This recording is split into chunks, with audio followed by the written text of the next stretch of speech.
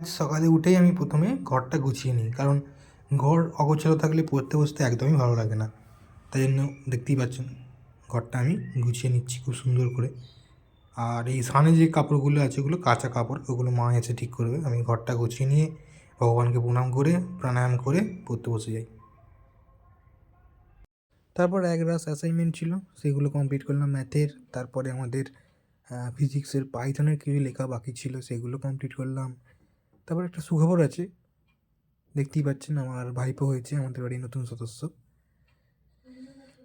এই যে একটার সময় আবার এলাম ওখান থেকে, হসপিটাল থেকে এসে আবার বসে গেলাম লিখতে। প্রায় আজকে 40-45 পাতা তো লেখা হয়েই গেছে, কারণ স্যারের নোটস লিখেছি, ম্যাথের অ্যাসাইনমেন্ট করেছি, প্লাস ওখানে আরও বেশি 50-60 পাতা তো হয়েই যায় বোধ হয়। আস্তে আস্তে দেখতেই পাচ্ছেন সূর্যটা বিলীন হয়ে যাচ্ছে।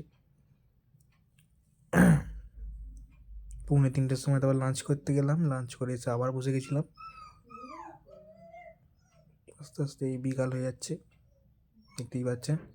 আবার দিদি এসে গেল, দিদির সাথে একটু ঠাট্টা মজা করে আবার দুজনে মিলে একসাথে, দিদিও পড়াশোনা করছে, আমি পড়াশোনা করলাম। এরকম করেই আজকে সকাল থেকে বিকাল অবধি আপনারা দেখলেন। একভাবে পড়লে মনও থাকে না অনেকক্ষণ পড়াশোনায়, ওই জন্য একটু ব্রেক নিয়ে নিয়ে আমি পড়ি। তো এই ছাদে এসেছি, দেখতেই পাচ্ছেন খুব সুন্দর লাগে আমার ছাদে ঘুরতে। ছাদে হাঁটা চলাও হয়ে যাবে, একটু ঠান্ডা হাওয়া খাওয়া হয়ে যাবে, আর শ্বাস নেওয়া হয়ে যাবে।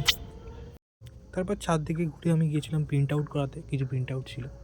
তো তারপরে আমার রাত্রি 7টা থেকে, সন্ধ্যে 7টা থেকে রাত 10টা অবধি পড়াশোনা কন্টিনিউ করি। তারপরে ডিনার করে ঘুমিয়ে পড়ি।